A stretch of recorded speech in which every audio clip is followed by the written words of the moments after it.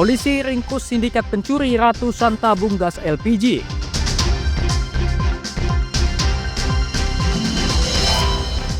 Buruh di Sumut tuntut kenaikan upah 10%.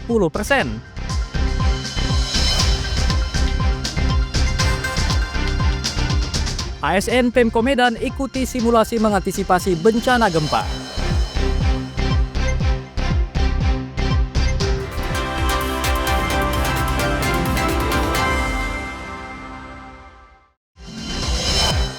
Halo, selamat pagi saudara. Kompas Sumut sepekan hari ini hadir dengan sejumlah informasi menarik yang terjadi sepanjang pekan ini dari Sumatera Utara. Selain 3 sorotan tadi, sejumlah informasi lain akan kami sajikan dalam Kompas Sumut sepekan. Bersama saya Emir Syapurba, inilah Kompas Sumut sepekan selengkapnya di Kompas TV, independen terpercaya.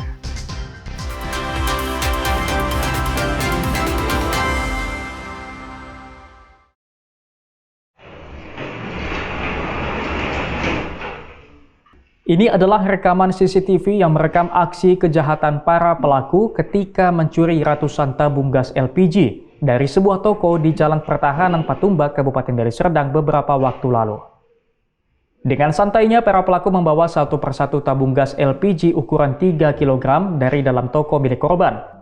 Aksi pencurian tabung gas LPG dengan jumlah yang tidak sedikit tidak hanya sekali dilakukan para pelaku. Dari catatan polisi, pelaku telah melakukan pencurian di 3 toko penjual tabung gas LPG berbeda yang ada di kawasan Patumbak dan Medan Amplas dengan total tabung gas LPG yang dicuri lebih dari 200 tabung. Pelaku memiliki cara tak biasa dalam menjual tabung gas LPG curiannya. Mereka menjual tabung gas LPG secara daring melalui aplikasi marketplace. Kapolres Tabes Medan Komisaris Besar Polisi Jian Calvin Simanjuntak mengungkapkan selain menangkap pelaku, petugas juga mengungkap 159 kasus selama 22 hari terakhir. Petugas juga menahan 219 tersangka dari beragam kasus. Mereka menggunakan salah satu media, sosial media, untuk menjajakan, menawarkan penjualan gas LPG kepada marketplace. Para pelaku umumnya merupakan pengguna narkoba, karena setiap kali berhasil melakukan aksi kejahatan, mereka kemudian menggunakan uang hasil kejahatan untuk membeli narkoba. Ferry Irawan, Kompas TV, Medan, Sumatera Utara.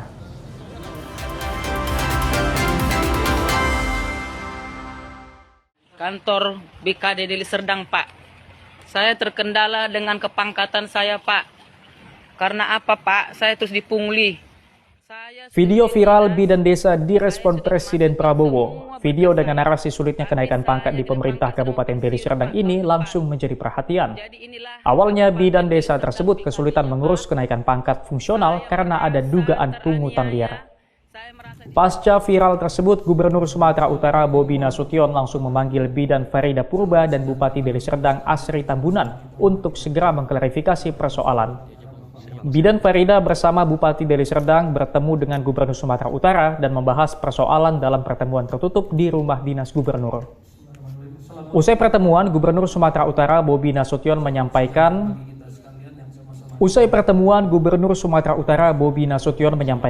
Farida Purba mengaku pungutan liar terhadap dirinya bukan saat ujian kenaikan pangkat, melainkan beberapa tahun lalu, saat dirinya hendak mengurus izin sekolah serta izin kompetensi. Terkait gagalnya kenaikan pangkat Bidan Farida, Bobi menjelaskan karena Bidan Farida mendapatkan nilai rendah saat ujian kenaikan pangkat fungsional, sehingga Gubernur Sumatera Utara memberi kesempatan ujian perbaikan nilai. Nah, itu masalah pungut tadi kita sudah cerita, Bu Farida tadi sudah cerita dengan emosional ya, bukan dengan emosi ya, dengan emosional tadi kita sudah mendengarkan memang ada pungli dari beberapa waktu ya, tapi tadi Bu Farida nanti silakan nanya sendiri, tapi yang saya tangkap punglinya bukan terkait tentang bukan ujian dinas ya. Bu Farida bukan mengatakan punglinya bukan tentang ujian dinas dan yang tidak lulus ini bukan, tapi dari bagaimana beliau mau izin sekolah, mengurus izin sekolah, mau ngurus hukum dan segala macam, dan ini terjadi dari tahun 2019. Sementara itu, Bidan Farida mengaku pelaku pungutan liar saat dirinya izin sekolah dan ujian kompetensi tersebut telah dilaporkannya pada Badan Kepegawaian Daerah. Farida berterima kasih karena sudah diberikan kesempatan untuk ujian perbaikan. Merasa teraniaya. Terima kasih Pak Presiden, saya Farida Berubah, saya sudah diundang Pak Gubernur dan Bapak Bupati. Saya ingin mengklarifikasi masalah video saya. Karena apa Pak? Kalau untuk ujian dinas, kami memang tidak dipungli. Tapi masalah saya ini, sejak tahun 2019 saya untuk izin kuliah sudah dipungli dari Dinas Kesehatan sampai ke BKD. Oknumnya sudah saya ceritakan kepada Bapak Gubernur, Bapak Bupati, kepada Pak Mendagri juga.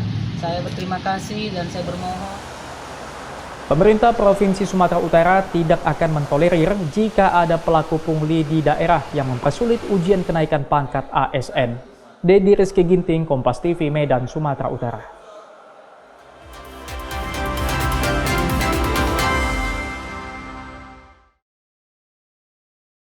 Pria di foto ini diduga sebagai pelaku pencurian buah jeruk milik pedagang di kawasan Pasar Buah Brastagi, Kabupaten Karo, Sumatera Utara.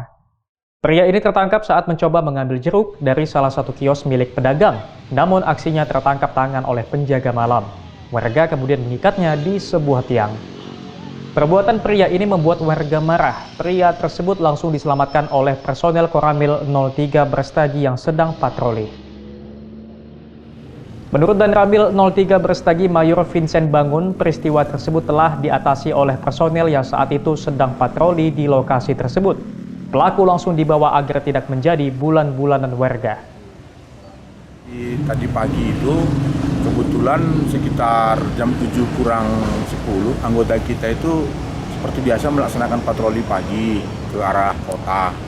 Nah, pas di depan pajak buah Brastagi itu ada seorang masih muda diikat di tiang listrik oleh warga penjaga malam pajak buah. Nah, babinsa kita ini berhenti menanyakan karena posisinya diikat di tiang itu sudah ada bekas dipukul. Nah, informasi tersebut didapatkan bahwa si korban ini diduga hendak mencuri buah. Selanjutnya, pria tersebut diserahkan ke Polsekta Brastagi untuk dilakukan penyelidikan. Henry Setiawan, Kompas TV, Karo, Sumatera Utara. Buruh tuntut kenaikan upah 10%. Saksikan usai jeda.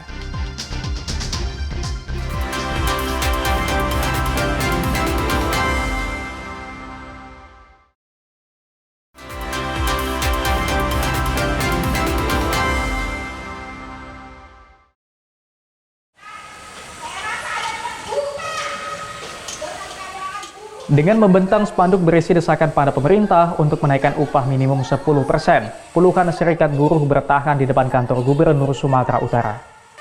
Dalam aksinya, buruh menyampaikan sejumlah tuntutan seperti meminta kenaikan upah minimum 10% pada tahun 2026.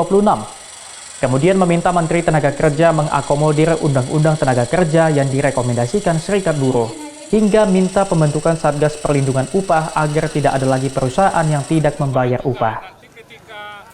Dewan Pengupahan Gubernur tadi menyampaikan bahwa perlu juga didengarkan suara-suara dari Apindo, Kadin untuk memutuskan 10% ini. Tapi pada prinsipnya Gubernur respon sangat baik terhadap tuntutan kita ini. Setelah menyampaikan aksi dan orasinya, perwakilan masa aksi diterima langsung Gubernur Sumatera Utara Bobi Nasution. Kepada para buruh, Bobi Nasution menyampaikan pemerintah memastikan mendukung kesejahteraan buruh, namun buruh diminta menjaga kondisi iklim usaha bagi para pengusaha. Pemerintah daerah disebutkan sangat menyoroti berbagai biaya di luar operasional yang harus dikeluarkan pengusaha, yakni pungutan liar yang dilakukan berbagai pihak. Nantinya akan dibentuk satuan tugas dalam memberantas pungutan liar. Nanti kita satgasnya isinya selama ini hanya pemerintah dengan pelaku usaha dengan APH. Nah, ini kita ikutkan serta juga teman-teman serikat buruh. Karena apa? Karena ini tempat kerja mereka juga harus ikut terlibat melindungi. Tadi kalau misalnya uang yang pungli tadi bisa ditekan angkanya, tentunya kos dari pelaku usaha juga akan turun sehingga bisa meningkatkan kesejahteraan para buruh. Selain tuntutan upah, buruh juga menyampaikan agar pemerintah membangun perumahan tipe 36 untuk buruh dengan cicilan Rp700.000 per bulan dengan tenor 15 tahun. Roganda Malau, Kompas TV, Medan, Sumatera Utara.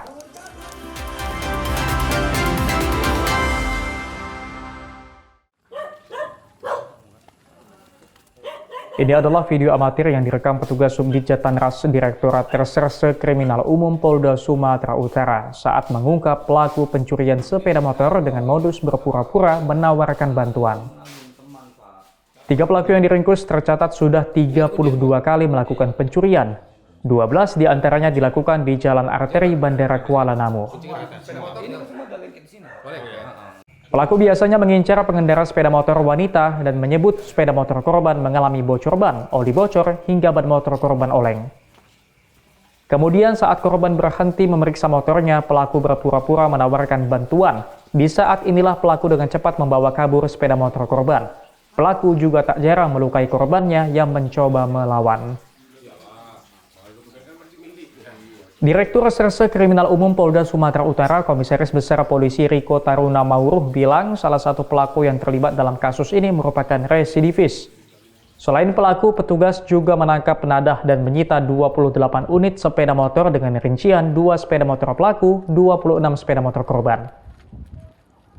Apabila ada orang yang mengikuti kita dari belakang dengan alasan memberikan informasi bahwa ban kita bocor, ataupun oleng, ataupun oli bocor, segera jalan menuju area yang ramai. Jangan artinya terpengaruh atas himbauan yang merupakan modus operandi daripada para pelaku untuk melakukan pengambilan ataupun pencurian kendaraan bermotor. Kini pelaku telah ditahan dan terancam penjara 4 tahun, melanggar pasal 372 junto pasal 378 KUHP tentang penipuan, atau maksimal dapat dihukum penjara 12 tahun, karena dijerat pasal 365 KUHP tentang pencurian yang disertai dengan tindak kekerasan. Ferry Irawan, Kompas TV, Medan, Sumatera Utara.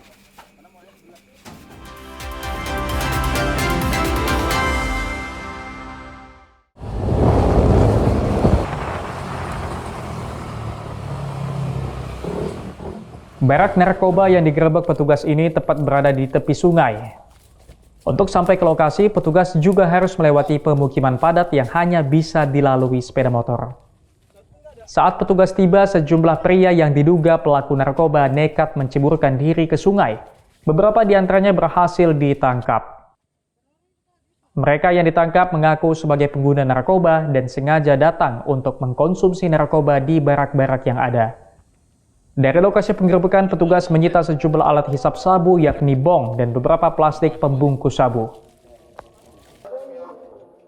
Kasatres Narkoba Polrestabes Medan, Komisaris Polisi Rafli Yusuf Nugraha bilang barak narkoba yang selama ini jadi sumber peredaran narkoba terpaksa dihancurkan dan dibakar agar praktik serupa tidak kembali dilakukan. Lokasi barak narkoba juga akan terus diawasi. Memang terjadi kejar-kejaran. Namun dalam hal ini tim bersama jajaran masih bisa mengamankan beberapa yang kemungkinan terlibat penuh di TKP ini. Kawasan ini masih akan kita awasi? Ya, sebagai wujud komitmen tadi, secara kontinu dan berkesinambungan, salah satu Kelambir 5 ini ada menjadi titik merah yang akan terus kami pantau apabila ada pergerakan ataupun hal-hal seperti di belakang, dan komitmen kami adalah memberantas hal tersebut. Pengguna narkoba yang diamankan dari lokasi penggerebekan akan dibintai keterangannya guna meringkus pemasok narkoba di barak tersebut. Pelaku narkoba juga akan direhabilitasi untuk menyembuhkan kecanduannya dari narkoba.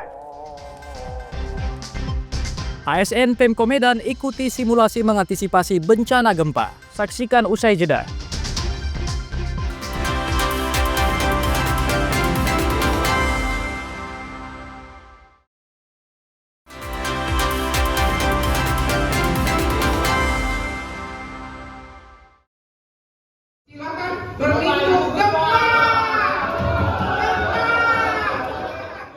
Suasana rapat seketika berubah panik ketika alarm gempa menyala di sepanjang sudut kantor Balai Kota Medan Selasa siang.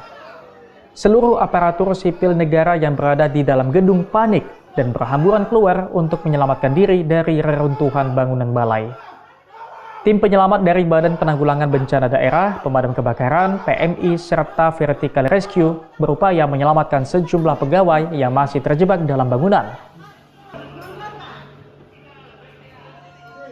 Menurut Wali Kota Medan, Riko Triputra Bayu Waas, kegiatan ini sengaja melibatkan seluruh unsur agar seluruh instansi dapat berkoordinasi saat menghadapi bencana. Kita mengingat kembali, bahwasanya namanya bencana tidak akan ada yang tahu kapan datangnya. Jadi kita semua yang ada di sini, saya sendiri, bahkan rekan-rekan dari OPD dan di tingkat kewilayahan, setidaknya harus memahami apa yang harus dilakukan duluan apabila terjadi bencana. Simulasi dan latihan penanggulangan bencana ini rencananya akan terus dilakukan di lingkungan Pemko Medan. Seluruh instansi dapat bergerak cepat mengatasi bencana. Dedi Rizky Ginting, Kompas TV, Medan, Sumatera Utara.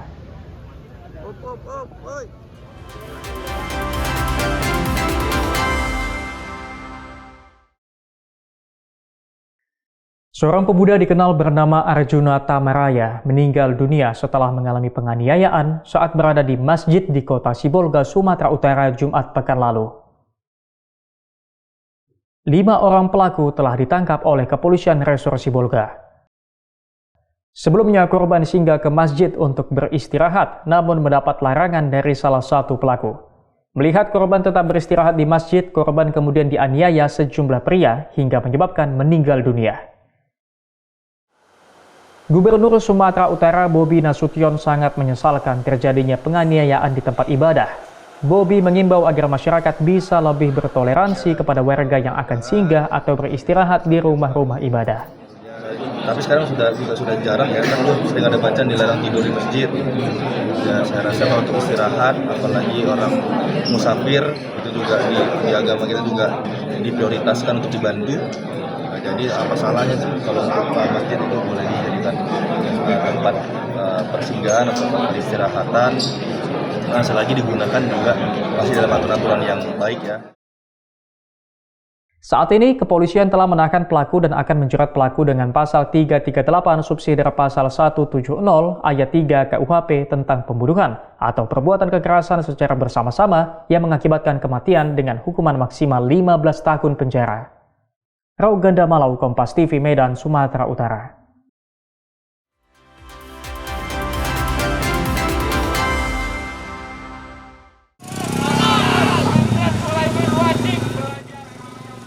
Berbagai organisasi pers bersama Komite Keselamatan Jurnalis dan aktivis Kamisan menggelar aksi damai di Pos Blok Medan sebagai bentuk dukungan moral kepada media Tempo atas gugatan perdata Menteri Pertanian Amran Sulaiman. Masa aksi dalam orasinya menyatakan Amran Sulaiman sebagai pejabat publik harusnya lebih terbuka terhadap kritik. Apabila merasa dirugikan akibat pemberitaan, seharusnya diselesaikan melalui Dewan Pers, sebagaimana diatur dalam Undang-Undang Nomor 40 Tahun 1999 tentang pers. Media Tempo juga telah melaksanakan rekomendasi dari Dewan Pers, seperti mengganti judul dan memuat hak jawab. Namun Amran Sulaiman tetap menggugat Media Tempo secara perdata, menuntut ganti rugi 200 miliar rupiah. Koordinator Komite Keselamatan Jurnalis Sumatera Utara, Arai Agus, mengatakan Menteri Pertanian bertindak keliru dan terkesan menghambat kritis media. Ini menurut hemat kami sangat berbahaya untuk kedepannya. Kenapa demikian? Kami mensinyalir ini adalah bentuk pembungkaman yang dibalut dengan alasan ingin mendapatkan kepastian hukum. Menurut kami, yang sudah kami jelaskan tadi bahwasannya setiap sengketa pers harus melalui Dewan Pers. Jadi tidak ada lagi soal gugatan segala macamnya. Itu Pengadilan Negeri Jakarta Selatan diharapkan menolak gugatan Menteri Pertanian, mengingat sengketa pers harus melalui Dewan Pers. Rauganda Malau, Kompas TV, Medan, Sumatera Utara. Sampai di sini Kompas Sumut sepekan hari ini. Anda bisa menyimak video tayangan kami di kompas.tv atau siaran langsung via streaming di kompas.tv/live. Kami undur diri, tetap saksikan rangkaian program berita di Kompas TV, independen, terpercaya.